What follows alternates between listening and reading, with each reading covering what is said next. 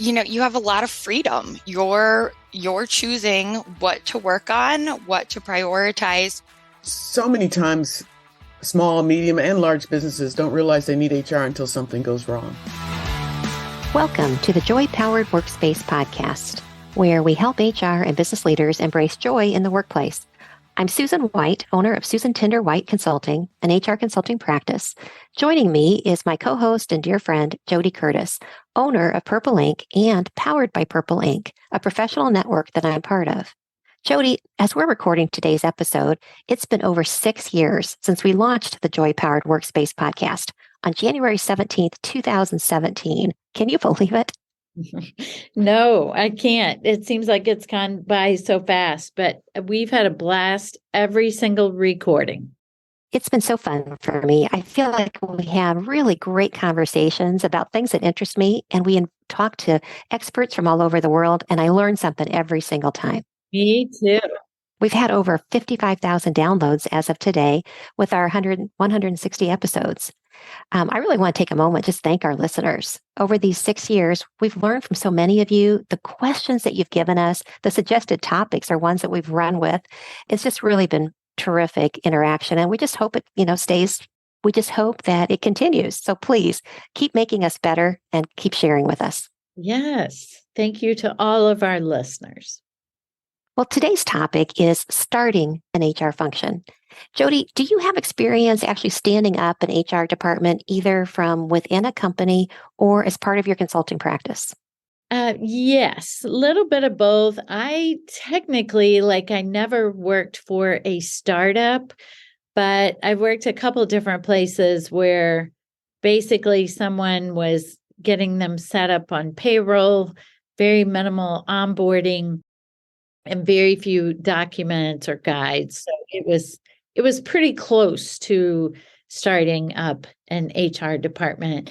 And then it's similar to with all of our clients, or not all of our clients, with some of our clients, we've done the same where maybe we've been an outsourced HR and then transitioned that to them internally, or help to build a department with more structure, or maybe like the receptionist was doing, Sure. they thought was HR. And so little bit, yes. Well, I find the topic fascinating because I've never really had that experience. I do sometimes now in my consulting practice have people ask me, hey, do you think we should start our own HR function rather than relying on outsourced? How do we get started? And that's why I really was interested in exploring this more today. I just recently studied and earned my SHRM Department of One specialty credential, which I think really gave me even a deeper appreciation of the uniqueness of being the one and only HR professional in a company. And the thought of trying to stand up a function, I thought maybe this topic could be important to a lot of our listeners who might have this same dilemma in front of them. I think when you're an HR department of one, you have to be a jack of all trades and be good at pulling in outside resources as needed. Exactly. There is a really good blog that I found on careeraddict.com by Shaylee Reich, dated May 16th, 2022, entitled Building an HR Department, a Step-by-Step Guide. I thought it was a terrific resource, and I picked out some of Shaylee's recommendations that I thought would be good for us to talk about. So why don't I start with that first one that I liked? She said, you really have to start with the company culture. And that makes sense to me because we know that every organization has a culture. But I think if you're the person standing up HR, you need to really dig in and understand what it is today. How does that relate to what we as a company want it to be? So what do we aspire it to be? And then I think you have to really talk about it, get people engaged in it, and say, okay, as a company, what do we want people to think of us as? And how do we get ourselves there? So I think it's a wonderful place to start. And that's going to probably drive some of your talent acquisition strategy, some of your employee retention efforts, understanding the culture and what the behaviors are that are expected, the values that people share, and how to really make this place kind of the organization we want it to be. Right, sure. Number 2 is define the company's why, which I think is so important, even if, you've come into an organization that has been around for a while, the why of the company might be lost, or it just also might not be, as I said, clearly defined or laid out well in a way that you can articulate that to other people, or articulate it through onboarding or through recruiting or through current employees as well. HR is the face of the company's vision. So the goals we set for ourselves need to be in alignment with the purpose and strategic objectives of the organization. I think that's really powerful. I do too. All right. So number 3 is establish a mission plan. And some thoughts that we've got around this. I think this is where you need to stop and figure out where you are. Talk to the leadership team, talk to people managers, talk to staff. What are their hopes and concerns for HR? And what can you do to start to think about how do I meet their needs? You need to gain an understanding of how the hiring and development, performance management, and benefits and compensation has worked before there was an official HR department. What did they like about it? What did they not like about it? Were we compliant? Were we not compliant? Where are the pain points?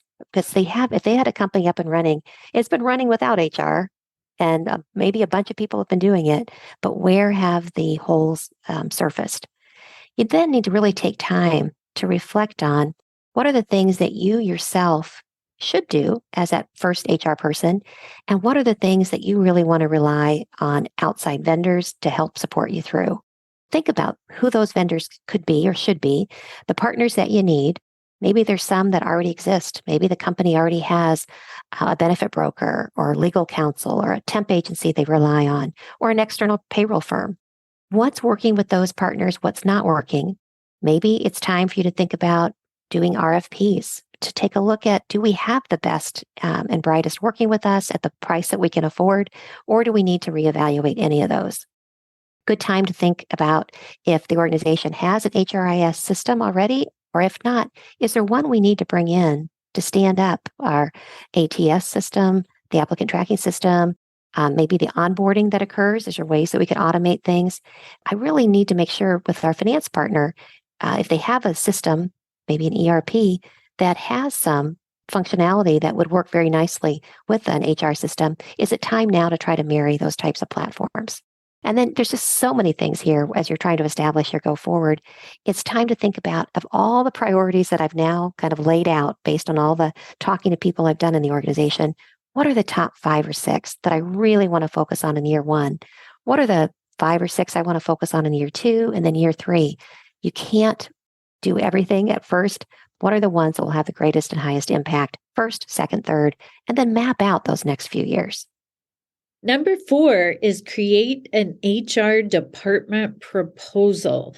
When I read that one, I thought, what is she talking about here? Well, it's thinking about what is your proposal to leadership about what types of HR staff or a team that you might want to build or that you found is needed. And also think about, if the company is in growth mode, thinking ahead to think, how many people will we need when we double in size, or when we increase by 30%, or whatever that might be. So think about that overall HR organizational structure, build a budget with those people added in or those roles included, and tie it to your mission plan as well. A 5th one is think about the HR policies that you really do need to develop and get in place. You want to start small because you're the first HR person in a company that's been HRless for a long time, probably. Or if it's a startup, they're not used to anybody in HR telling them that there's some boundaries. So think about the ones that are important. You don't want to be thought of as a rule maker.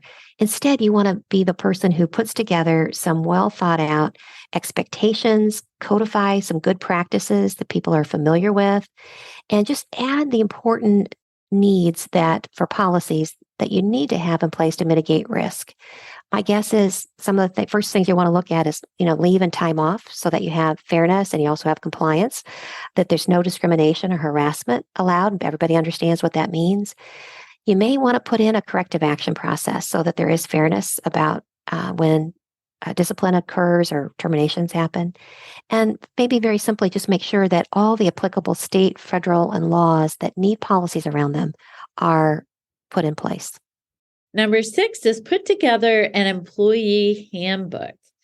One of my rules about having an employee handbook is not to try not to ever use the words no or not in the handbook.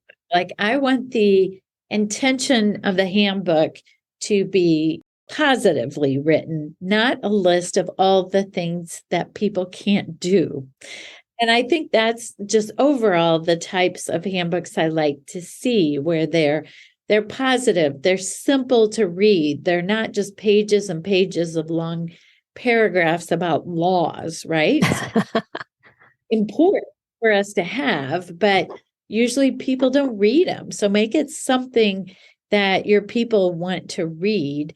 And then also include an acknowledgement form with it that people sign off on, typically during their onboarding phase, to say, hey, I've read this and I understand it. Yeah, absolutely. I've seen some really clever ones that are very colorful and fun and upbeat. One of my favorite was I think it was a doggy daycare. Oh my gosh, I was howling, and I pun intended, during the whole thing. It was so funny, but and yet it hit all the important factors. So I think that if you challenge your creativity, you can do a good job there.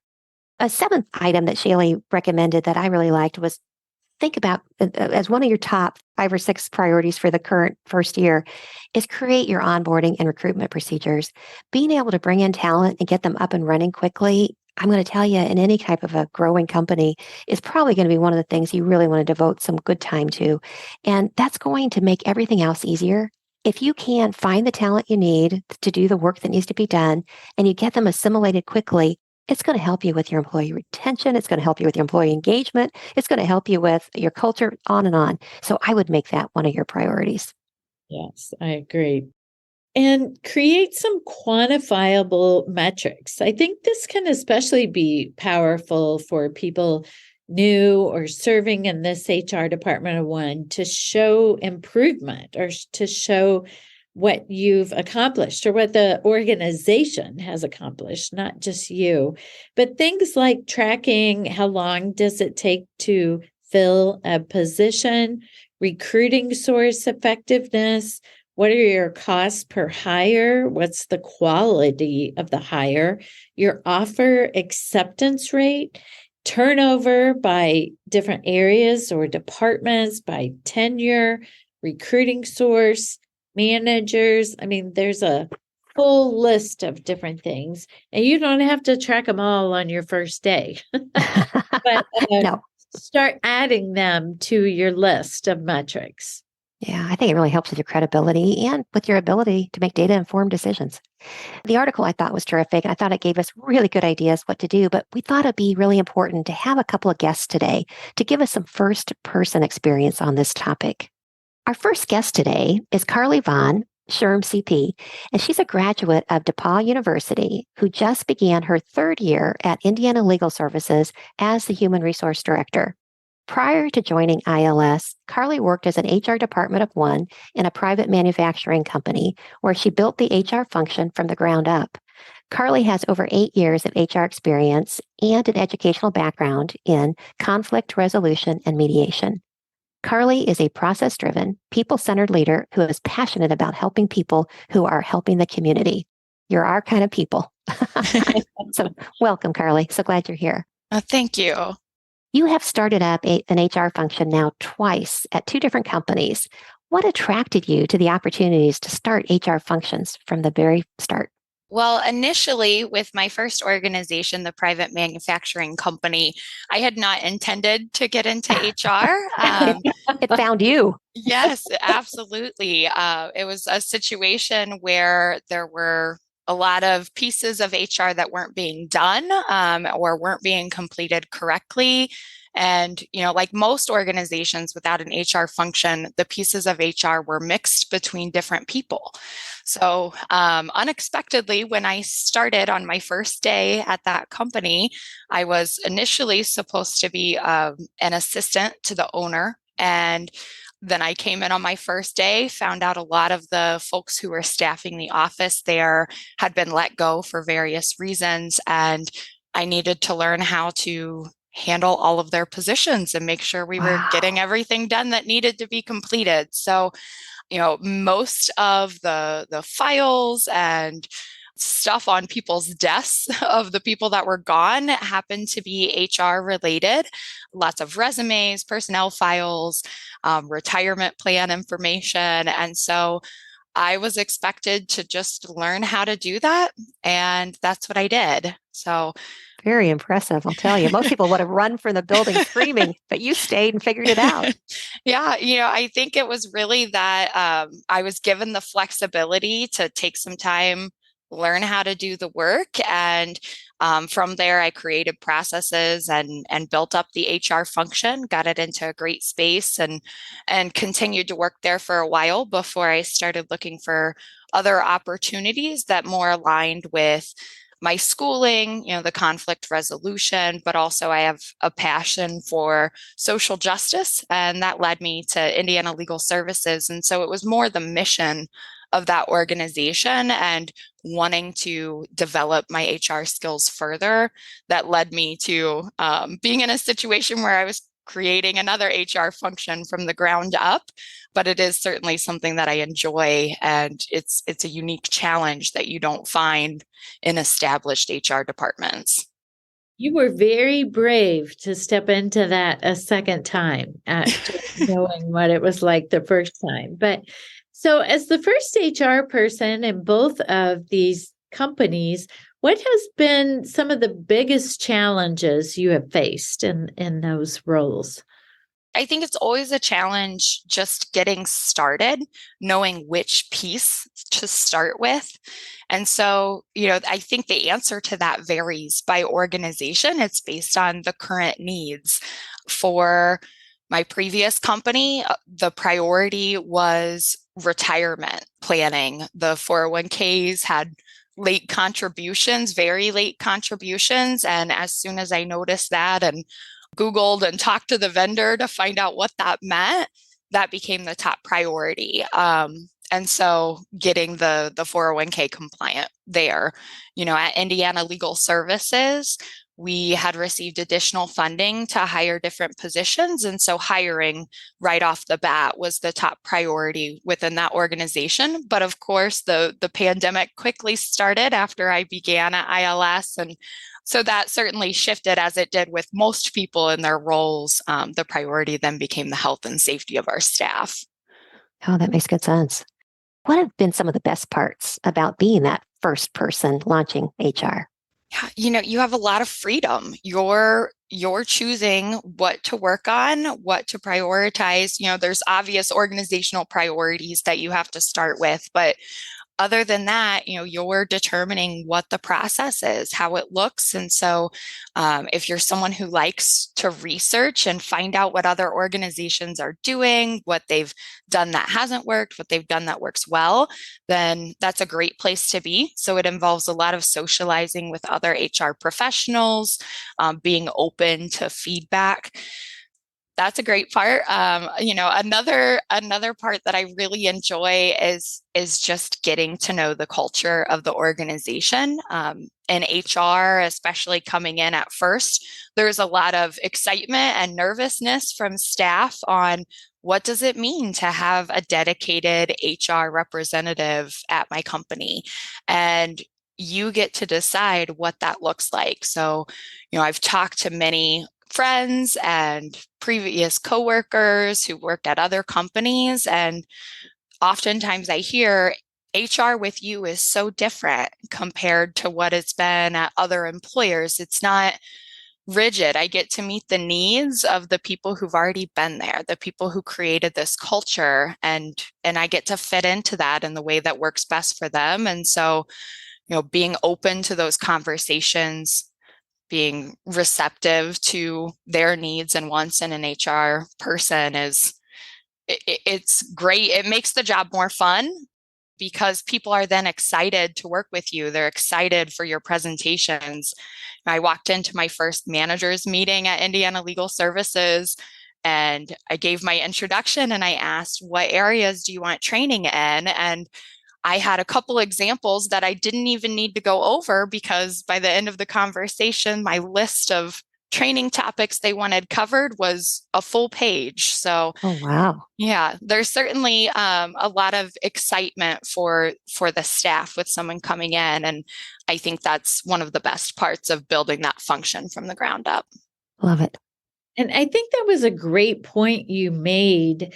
I mean, not only was this new for you to start this up, but it's new for the other people in the organization too, right? Who might have done their own recruiting or kept the personnel files of their team or, so it can be, it sounds like in your case, they were thrilled to have you, but it can also be difficult, I think, for some people who are thinking like, oh no, I take care of this. I take care of these files. I recruit my own people too.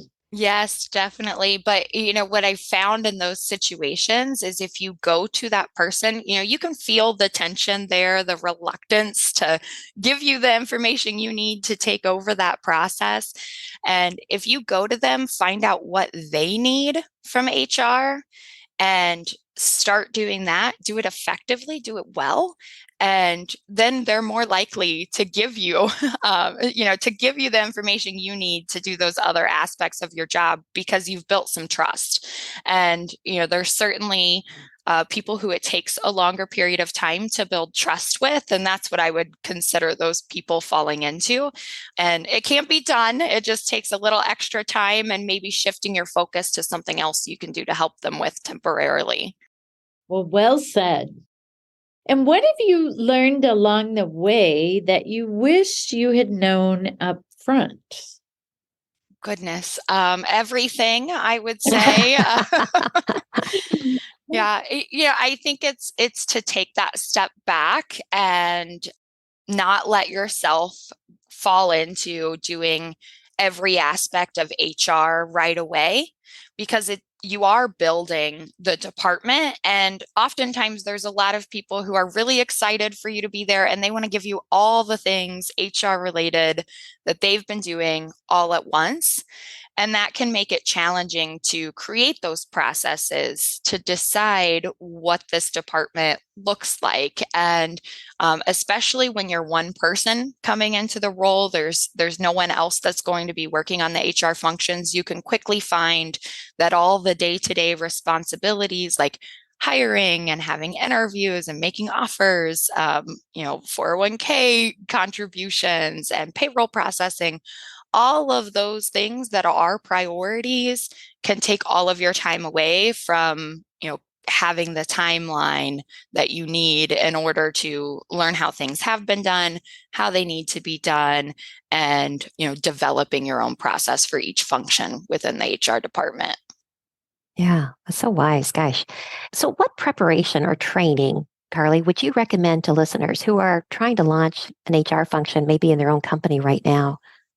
When I started, I was 21 years old, fresh out of undergrad, and I had no idea what it meant to have health insurance or what a deductible was or any of that. So I think it's being a sponge, being willing to listen to those around you and ask questions.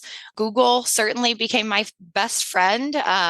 Anytime I saw what's an FSA was my first question when I saw FSA written on a paper. And so I Googled that. And of course, there are certainly sources that aren't very reputable, but at least it gives you a starting point of where to look, what it means, and where to go. So, it's not formal education or certification, but there's certainly a skill that not everyone has. So, making sure that you're Googling, you're using the people around you to ask those questions and not being shy to do that is probably the first step in building your HR function.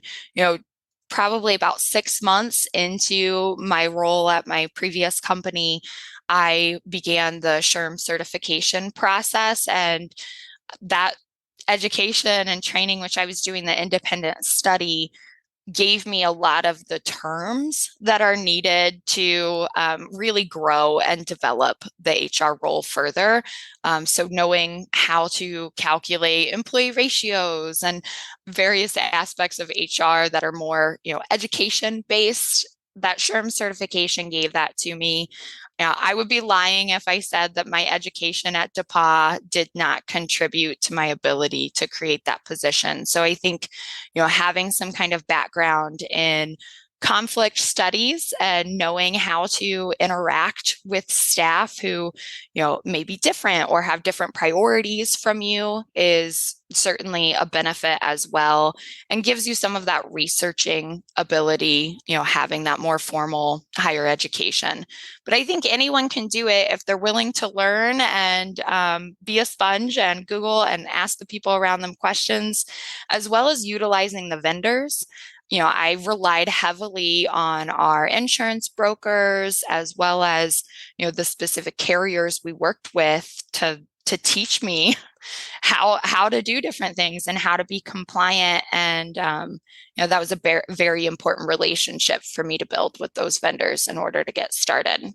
My first time as an HR director, I had been an HR manager before, but I knew nothing about benefits. And I can tell you everything I learned, which still applies today, that I learned from our benefits broker. So those vendors can be great resources. So, Carlie, do you have any other advice for our listeners on this topic?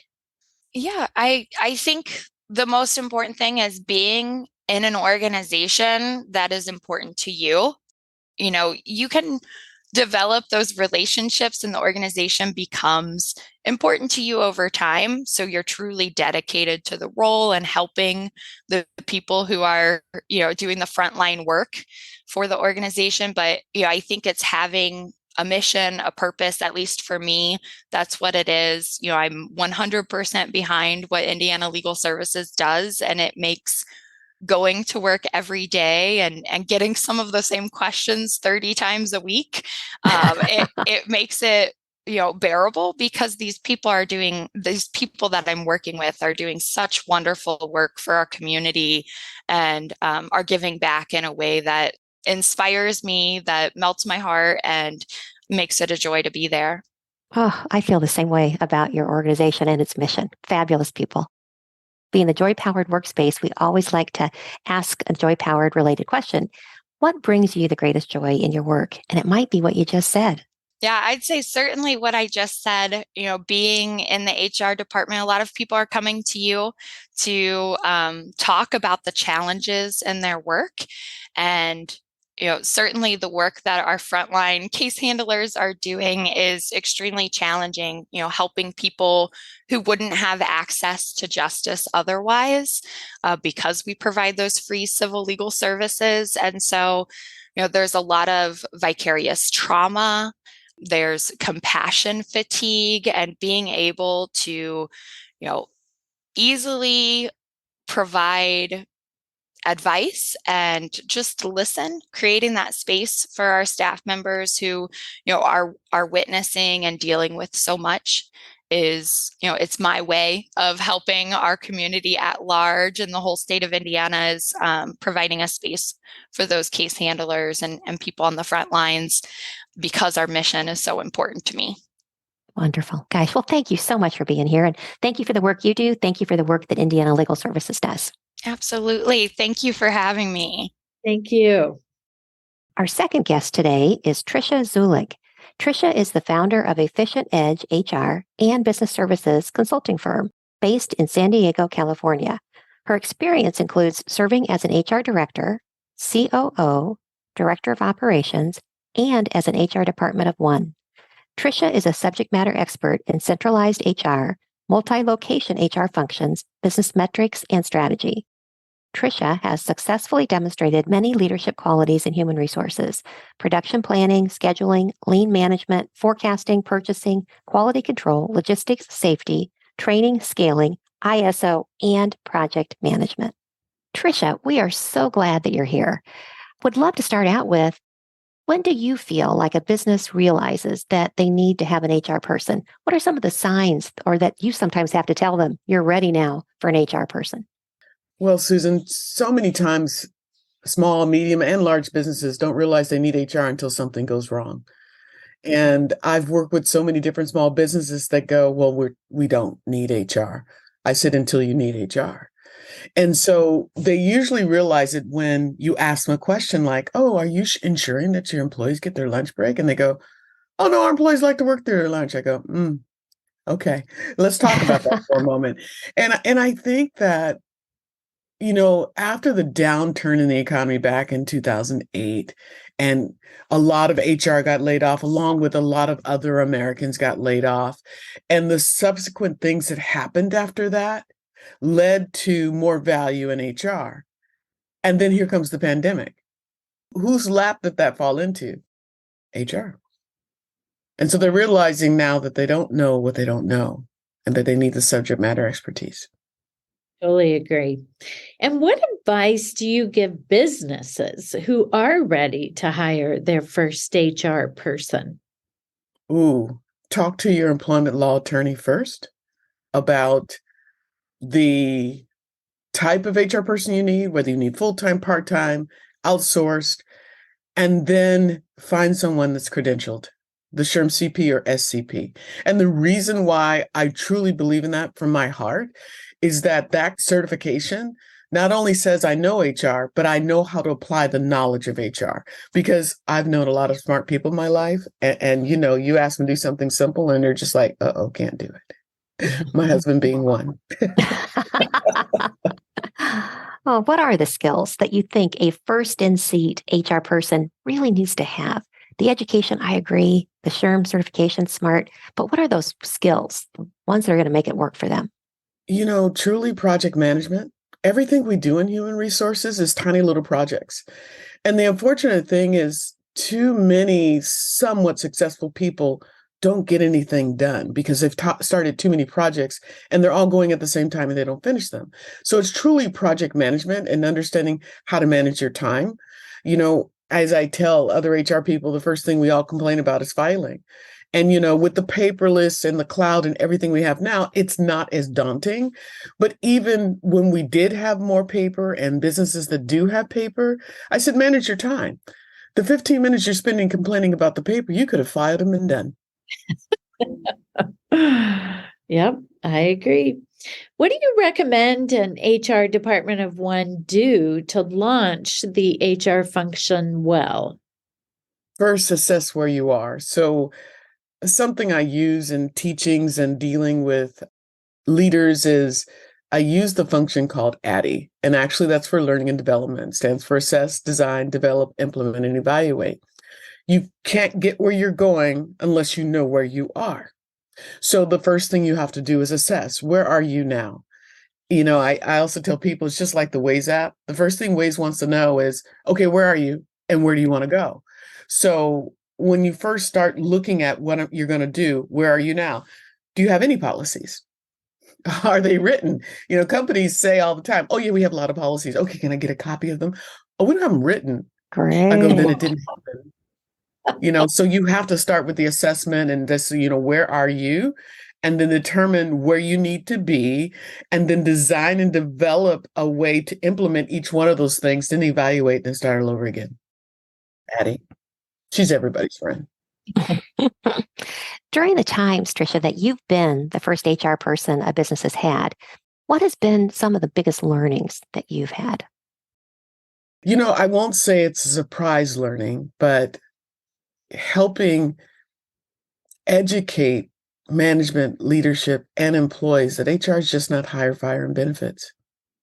And that there's so much more to it. And that we are not to be seen as an administrative assistant to whomever. We're a strategic partner to the business. And sometimes it's a paradigm shift in thought.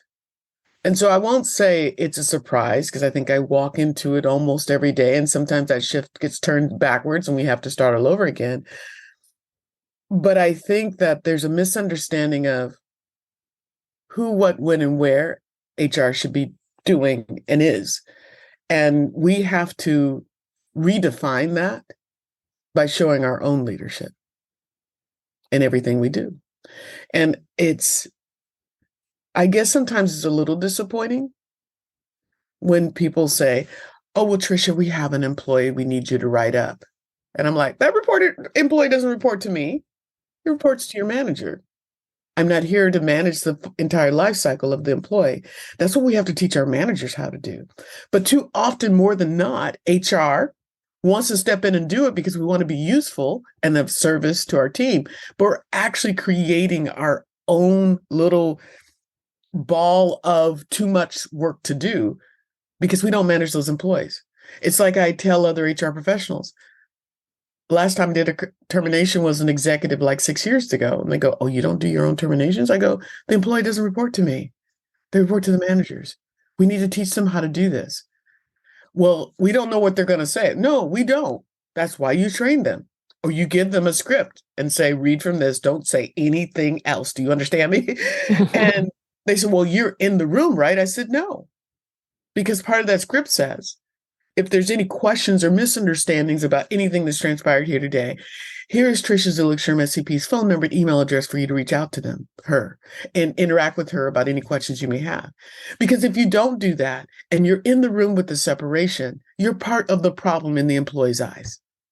You need to be a resource so that they don't go home and consult their internet browser of what to do next. They call you. I think that makes great sense. Trisha, do you have any other advice for our listeners on this topic? Make meditation your friend. Breathe in through your nose and out through your mouth, because it's a journey and you're going to hit barriers, but there is a light at the end of the tunnel, and it is not a Mack truck, because we can make those paradigm shifts in businesses, but we have to have patience with it. And the other piece, I know you didn't ask for a second, but here it is. If you're working for an organization that are doing things that you don't agree with, and they differ from your own moral code, ethical code, and all these things, get out. Too many times HR professionals stay in a situation where they shouldn't be. And they look at it like, oh, well, it's a business decision, and they're mad and they're frustrated, everything else. There's another company out there that will appreciate you. I think as a profession, we are the stop sign when it comes to an ethical workplace, an inclusive workplace. And if we participate in some of the business decisions we don't agree with, we're part of the problem. Heavy, but true. Yeah, thank you. Well, last question, because we're the Joy Powered Workspace podcast, tell us, Trisha, how can our listeners and us create more joy at work? You know what? It's how we look at life every day. You know, I am that person, no matter what I have ahead of me every day, when I get up in the morning and I put my feet on the floor, I feel grateful that I woke up, because so many people did not have that opportunity. And then I take that deep breath in, blow back out, and say, let's go do this. And I keep a positive perspective. Even when things frustrate me, I think about some of the joy things in life. You know, when you had your kids, your first grandkids, your fur baby at home, the wall you're going to paint the same color as Susan's, right? Because you just saw it and you're just like, oh my gosh, I must have that color in my life. We have to think about the little things that bring us joy versus all the things that bring us sadness. And I try to keep a smile on my face. I try to know that there is a bigger plan for me, and I may not know what it is. And with that, I can lay my head on the pillow at the end of the day and say, I had joy today. I had fun today. And I can laugh about it. But we all know little things happen all through the day. But we should take joy in the fact that we're present to have those little things happen. And I think that's how you bring joy. You just have to smile at some things. And sometimes it's an internal smile, because, you know, a manager can say something, or a business owner might say something that totally just rubs you the wrong way. And in your mind, you're just like, oh, well, that's not going to work. But you just smile. You're saying it inside because you already know. And then also find some good podcasts out there, just like yours. Oh, I'm an avid podcast listener just because I just can't do the news at this point in time. It's just not emotionally healthy for me right now. So I listen to a lot of podcasts. And, the common denominator that I've seen of HR and podcasts is we listen to all these crime shows because we think we're these great detectives and, inquiring minds want to know. But you bring joy for yourself. Create your affirmation, smile because you got up in the morning, put your 2 feet on the floor and keep moving forward. great advice. And Trisha, how can our listeners reach you if they would like to continue the conversation or learn more about what you do and being a department of one? Sure. They can email me at trisha@efficientedge.com. I give out my cell phone number, but this is the caveat I will say. I do not answer the phone because I'm tired of hearing about my student loan and my car warranty and, oh, we have a great deal for you. So if your name's not in my phone, I usually don't answer, but I do go back and listen to my voicemail. But you know what? I'm really handy with text message. I'm on LinkedIn, Sherm Connect, and Instagram. So you can kind of follow along with what I do and how I do it. But I'm at the give back moment of life. So I love hearing from other HR professionals that are just beginning or taking those steps so that I can give back to them. And, one of the things I tell all my classes, all my participants is my dream job was to be a Philharmonic conductor. And teaching for sure allows me to do just that. My participants are the orchestra and I am the conductor. So I love when people reach out to me because I love help make music in their lives by telling them, yeah, you're right. It's okay. The company's wrong. It's okay. Giving them a sense of you're not alone. Because so many times HR people were just like, we think we've lost our mind because our company wants to do something. And we need that mental health check. We need to call another HR person and go, so this is what happened. And you're able to tell them, it's okay. You're right. But it may not change. So are you going to dust off your LinkedIn profile now? Oh, that's great. Well, Trisha, you have given back today. Thank you so much for being here. We really appreciate it. You're so welcome. Susan, we have a listener question today that asks, I've often heard employees say that they don't trust HR because HR works for management. Staff members wonder how they can get a fair shake when they have a problem with a manager because HR always sides with the boss. This is not, however, true for me. So how can I respond when I hear this? I'm going to tell you, I've heard that as well. And I think it's because employees can be a little cynical. And it could be because of past experiences that HR really has their best interests at heart. My response always is that as HR, I don't believe that you work for management. And I don't think you work for the employee. I think you should be respectful and a good partner to management. I think you should be respectful and a good advocate of employees. But you really are there to ensure this organization, and that would be the owners of this organization, and if it's a corporation, that's the shareholder, that their interests are being well served. And so to do that, you've got to be an HR person who calls management to task when they're out of line. You've got to be an HR person who recognizes when employees aren't performing and helps figure out how do we fix them, develop them, or move them on. So you're there to really think about the health and well-being and sustainability of the organization. That's who you work for. So I do believe that's how I operate. I think that if you respond that way, I'm hopeful that employees will respond to you in the way that you want them to. I love that. And I also was thinking about the opposite of that. We just worked with a client whose HR director was leaving. And when we talked to the CEO about what they were looking for, the CEO said, I need someone who doesn't just advocate for the employees. Oh my gosh, the opposite. Business as well. So I do think we in HR run that fine line, right? Doing all the things you just mentioned, but we're not always about management and we're not always about the employee, but we're thinking of both sides. Exactly. Well, JoDee, it's time for In the News. HR Morning hosted an article by Michelle McGovern, dated January 24th, 2023, entitled Hush Trips, How the Trend Affects Remote Work and Productivity.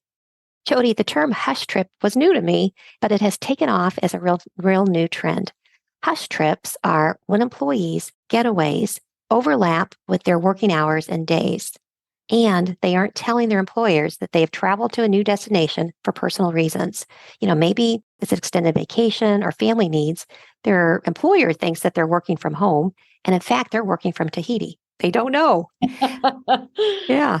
McGovern says maybe this has occurred on occasion prior to the pandemic, but with the rapid rise in remote work since the pandemic, hush trips are gaining in popularity. The risk for us as employers is that we may be liable for different state and country tax withholding, compensation, regulations, and benefit laws when we have employees working from somewhere that we don't know about. If they're working in a different country, there could be even more compliance issues that we are unwittingly running afoul of. There could be reasons why employees aren't telling their bosses that they're working in a different location than what's expected. It could be they're afraid of how their bosses will react. They may think they're goofing off or taking unauthorized vacations if they're taking the call from Marco Island, for example. It could be, right? Another reason might be that they normally work remotely. Employees might not realize that their management needs to know where they're physically doing business. They may think, what business is of theirs? They know that I'm working remotely. Why do they care what state I'm in?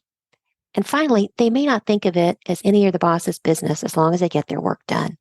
McGovern suggests that employers create guidelines around trip notifications and work expectations for all your employees who are working remotely, any part of their work schedule. I think it's a smart idea so you aren't caught unaware of hush trips and possibly liable for not complying with local labor regulations. So please tune in next time and make it a joy-powered day. Thank you. If you would like SHRM recertification credit for listening to this podcast, please visit getjoypowered.com/SHRM. You'll find an evaluation of the podcast, and once you complete the evaluation, you will see the SHRM recertification credit code and a link to a proof of participation certificate. Again, that's getjoypowered.com/SHRM. Thank you for listening, and thanks for your dedication to the HR profession. If you liked the show, please tell your friends about it and let us know what you think by rating and reviewing us on Apple Podcasts. You can learn more about Joy Powered at getjoypowered.com. Check out the Joy Powered shop, where you can order our books, journals, and other items that power our joy at getjoypowered.com/shop. We're at Joy Powered on Facebook, LinkedIn, Instagram, and Twitter, and you can email us at joypowered@gmail.com. We hope you tune in next time. Make it a joy-powered day.